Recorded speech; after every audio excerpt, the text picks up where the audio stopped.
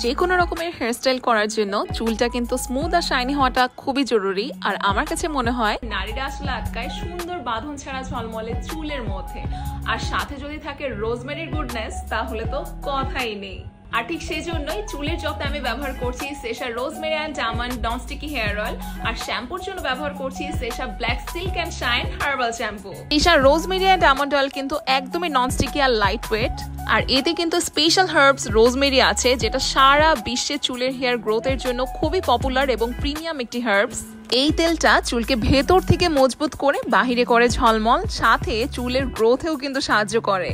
R সেশার black silk and shiny শ্যাম্পুতে কিন্তু rosemary ছাড়াও এতে আছে নিম, আমলা, মেথি অ্যান্ড আমন্ড অয়েল। এটা চুলকে ন্যাচারালি সিল্কি অ্যান্ড শাইনি করতে হেল্প করে, আর এটার ঘ্রাণ কিন্তু খুবই সুন্দর আর রিফ্রেশিং। চুলকে হেলদি রাখার সাথে সাথে স্ক্যাল্পের ইচিনেস থেকেও কিন্তু এটা মুক্তি দেয়, কারণ এটাতে কোনো প্যারাবেন্স নেই, কোনো মিনারেল অয়েল নেই। এটা 100% হার্বাল একটা শ্যাম্পু, আর সব থেকে বড় কথা এটার দাম কিন্তু খুবই রিজনেবল।